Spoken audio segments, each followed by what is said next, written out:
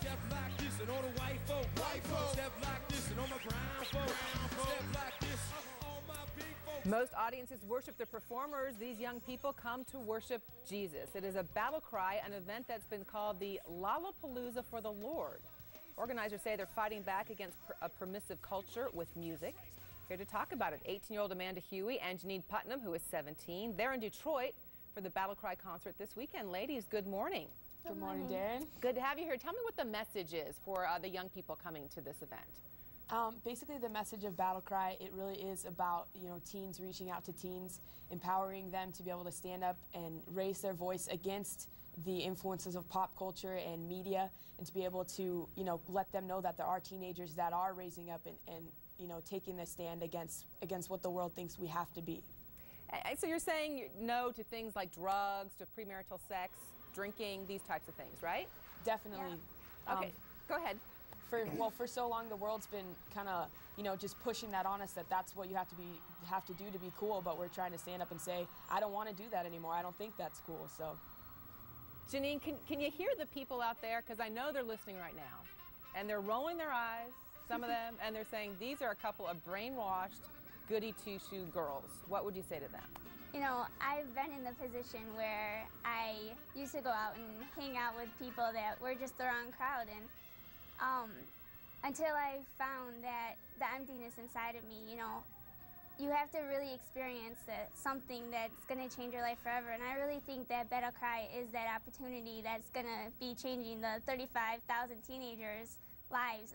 I know people myself that are going that just need this one thing, and it's just an awesome opportunity for people to actually see kids' lives changed. Amanda, you were at the event in San Francisco a few weeks ago, and the teenagers that came were not entirely greeted with love. In fact, some people called the kids homophobic fascists.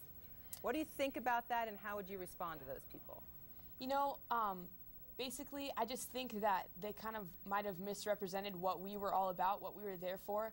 Battle Cry is not there to come against a certain agenda or a specific people group. It's really about teenagers. It's about getting the message to teenagers that we don't have to stand for what the world says about drugs and sex and alcohol, but there is a better life, there is a better way to live, and we just want to be able to show them that they can take a stand. So is everybody welcome? Are non-Christians welcome? Definitely. Absolutely. But it is a Christian event? Yes, ma'am. And what about gay teenagers? Would they be welcome? Everyone is welcome. We would love to have them. We want everybody to be able to come and hear this Battle Cry message. We're for real. It's not about singling people out. We want everybody to come and we want everyone to come and know God. Janine, I think one of the things that gets people's attention are the numbers that turn out. 25,000 kids in San Francisco, 35,000 expected for here. That is more than would show up for many rock concerts, and maybe not the kind of kid that we would think of as living in Michigan. Right.